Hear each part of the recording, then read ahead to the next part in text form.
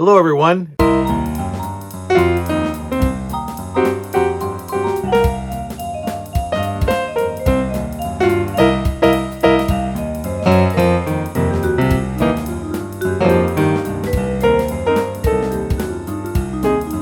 It's been a really long time since I made a Cup of Joe video, but I promise I'm making a few more.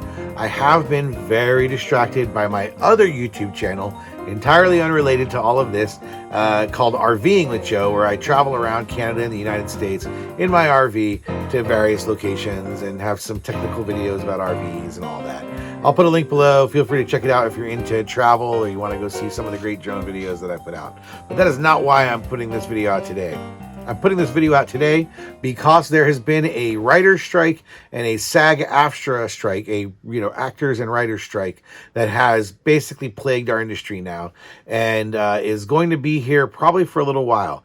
And this video is to talk about how you, as a visual effects and animation employee, or perhaps part of the greater film and TV industry, need to think about how you can manage the risk and mitigate the risk of this strike on your home and family finances. The basic principle here is plan for the worst and hope for the best, but do not assume that this strike is going to end anytime soon. Both sides are heavily entrenched. They're both inflamed right now and very hot. So until this cools down a little bit, this strike's not going anywhere. And as long as it's here, that means more visual effects animation studios are going to continue to shrink in, reduce headcount, mostly through not extending contracts or creating new end dates for contracts and letting them age off, as well as some actual layoffs are happening across the industry. We're also seeing folks shrink in on their spending on capital purchases and all of that. Really, this is not the time for studios to be assuming that it's just going to end anytime soon, and neither should you. I will make a little comment in the end, a little commentary about the strike itself at the end, giving my opinion about a few of these matters. But really what I want to talk to you right now are the best steps you can take to mitigate the risk of negative financial repercussions. And I'm going to organize it into 3 tiers of priority. First tier is what you immediately need to do right now. Your immediate actions are to work on or to strengthen your emergency fund. If you haven't already started one, you better start one right now. The idea here is to create a little bit of savings pool that you can get you by for hopefully 3 to 6 months. That's a general rule of thumb, safety window you want to have for savings. I know that in today's times, it's really hard for a lot of people to do, especially if you've been paycheck to paycheck. But creating any kind of a savings pool is going to help you deal with the inevitable drop that will come with an extended strike. It'll provide some sort of safety net against a further stoppage or strike continuing. The second thing is budgeting. Make sure you review your budget. This is the time to look at everything you're spending. Generally, we're all spending stuff through digital means. So you should be able to look at your bank statements and your credit cards and quickly figure out where's your money going and start finding discretionary spending that you can stop right now. Generally, you want to focus on essential expenses like housing, utility, food, transportation. You want to trim anything else out for right now while you free up funds and figure out, what kind of little savings pool you can make while trying to assess whether or not this strike's going to go on longer. And let's not forget about debt. Manage your debt well. If you haven't managed your debt well, then trying to knock out any high interest loans right now or high interest debt as soon as possible with some of that savings may be your best bet. As the strike goes on, if you already have a debt pool that you're trying to manage, that debt pool is likely just going to grow. If interest rates go up, it's going to cost you even more. So think about what you can do to manage your debt right now. You can also talk to your bank or other organizations about can you refinance or consolidate your loans into something a little bit more manageable to get you through these times. Now, those are the things you can do right now, but you need to think about your intermediate steps that you can do that are taking a little longer view. One of them is income diversification. Is there any other kind of additional sources of income you're able to bring in as a side hustle or as an alternative work if you're having to sit out from your normal job because of the strike, either because you're a striking worker or you're out of work because the strike is happening? Either way, doing a side gig, the gig economy itself, maybe dredging up old skills you have prior to coming in the industry can kind of help you get through this. It's not going to solve all your problems, but it may augment your income enough to soften the blow. This is the time to think about taking on some part-time work, some freelance or seasonal work temporary assignments. Leverage your skills and your interests to see what kinds of new areas you can maybe earning income in. Who knows? Maybe the strike will encourage you to move your career towards a slightly different direction. Some people, because of the strike, will leave the industry and never come back. Something overlooked often is evaluating your insurance coverage. So take a look to make sure that your insurance is all set up properly. It may, there's always a way to decrease your premiums by increasing your deductibles. So think about your risk profile and how you have things set up. This may be an area where you can trim some money, and part of your risk profile is managing your insurance.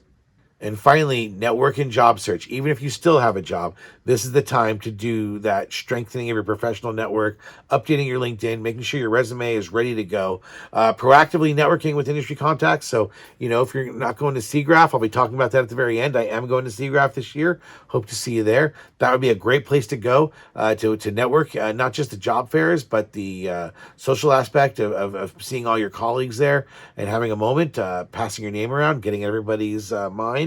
So when they're looking for new talent, they're thinking of you. And finally, are your long-term strategies, the things that you already should have been doing, but you definitely want to keep your eye on the long game. Now, part of that is seeking financial assistance. Now, I mean that in two different ways. One is the most immediate way, and that is if you think that you might be running short on food or needing some additional financial resources, you should start looking at the various government programs, social programs, if you're involved in a church or any sort of social or professional networks, see what they're offering to help out there. There may be raw dollars or raw resources available to you. So it's time to start looking at those now. So when things get tough, you know what other help is out there. You also have the other form of financial assistance, and that is getting a financial advisor. Make sure that you have a fiduciary financial advisor. Look up what that means. Basically, you want to make sure you have somebody who's working for you and not working for your bank, giving you financial advice. So make sure you seek some financial help on both the planning and perhaps getting some resources pointed your way in the future. There's a lot of help out there, and don't be afraid to ask for help. Through this strike, a lot of folks are going to need help. Do not be embarrassed to ask for help. That's why we're all here for each other, is to help. Now that you trimmed that discretionary spending in the short term, it's time to take a real long look at how you spend money and scrutinize all your expenses. How can you rein them in? Identify areas where you can make significant cuts. You can eliminate non-essential expenses like dining out, entertainment subscriptions, any luxury purchases. I mean, you're talking to a guy who has an RV here. I had a big trip canceled that I was going to do on the other channel, going all the way up to the Arctic Ocean. You can drive up Canada all the way to the Arctic.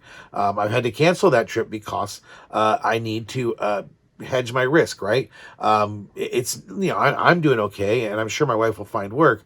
But is that really the time to be spending a bunch of money on gas to drive thousands of miles on a cool road trip? No, I don't think so. So that's the kind of discretionary spending I'll be cutting back on for sure. All my RV trips will be local and close. I'm not saying I'm not going to go out there and have some vacation time, even in this climate, but I'm going to definitely have a reduced footprint of what it costs for me to go out there. Finally, this is the time to develop your skills. So if you feel there's a downturn in your industry causing you to work less, or you're out of work because you're a striking worker, or maybe you're affected by the strikes so that you're actually out of a job, there's no time like right now to work on building your job skills. There's such a wealth of free and discounted and civic education out there made available to you, such as local junior colleges, and of course the internet itself just has a wealth of technical training that's available to you for free. So get out there and learn. This is the time to build your skills. You'll become a more marketable person to get through this problem faster, to get hired faster. The more skills you have, the more hireable you are. So it's time to build your own product, to build your own skill set. And remember, these tiers of priority are going to vary from person to person. They're based on your unique circumstances. Adapt these steps to whatever you need to make it work. Again, consult with a financial advisor if you have the opportunity to. Whether it's mental health professionals, financial professionals, when you go to them with your problem, to you it feels daunting. It feels like something you can't even figure out how to solve. Again, for them, they hear this all the time. And often they'll have great answers to just start right off the bat with how to help you. Finally, I did mention that I was going to comment a little bit about the strike. In the end, I come from a union family where I'll always kind of default to supporting the workers.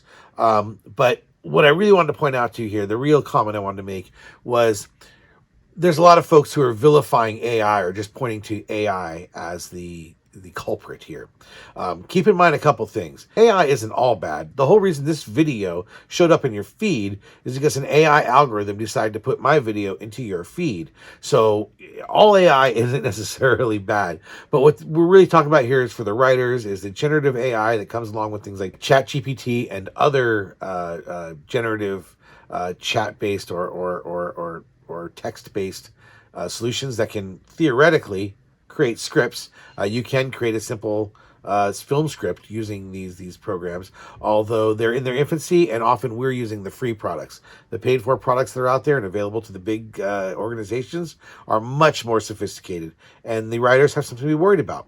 The artists are worried about their images being stolen.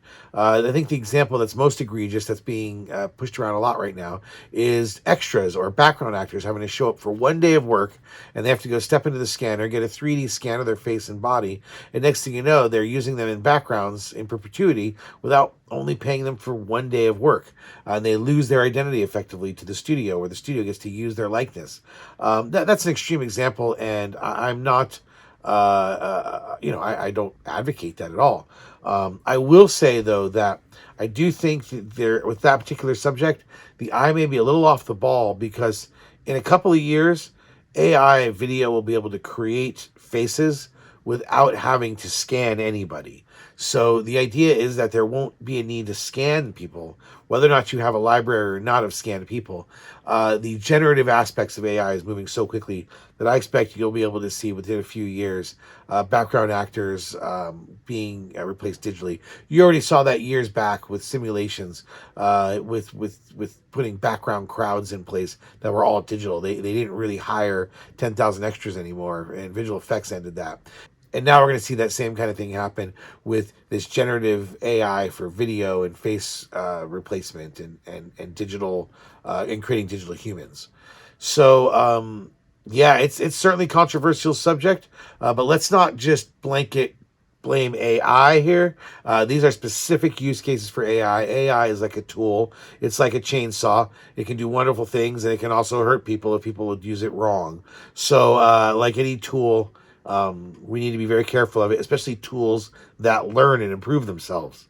And finally, as the last example that all AI is not bad, keep in mind this video itself. When I decided to come up with for myself what were some good risk mitigation techniques I could use for my own family finances, I opened up ChatGPT, I formed the question a few different ways, and eventually broke it into 3 tiers. And that's what I presented to you today. I literally presented to you what was substantively coming from this ChatGPT model. I have altered it a bit. I definitely added some of my own viewpoints to it, but pretty much it was what it generated. And it was some good advice that I'll be taking. So there's going to be good in this world and bad in this world from the AI models. Let's try to separate the wheat from the chaff. I wish everyone the best of luck out there. It's going to be a real rough time if this strike continues. So let's all just hope for the best, that the parties on both sides, who are both pretty hot and inflamed, decide to cool down, get together, and come up with an agreement. We all want to get back to making movies and television shows and great content. And as long as this strike persists, there is going to be less and less of that happening.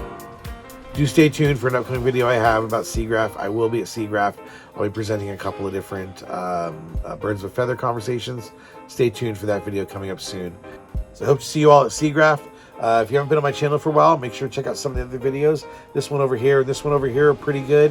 If you want to subscribe, just hit this little circle right up here, and that'll allow you to subscribe. And then there's this other video right over here. That's another good one. So click on any of this stuff and keep on watching. See you at SIGGRAPH, everybody. Goodbye.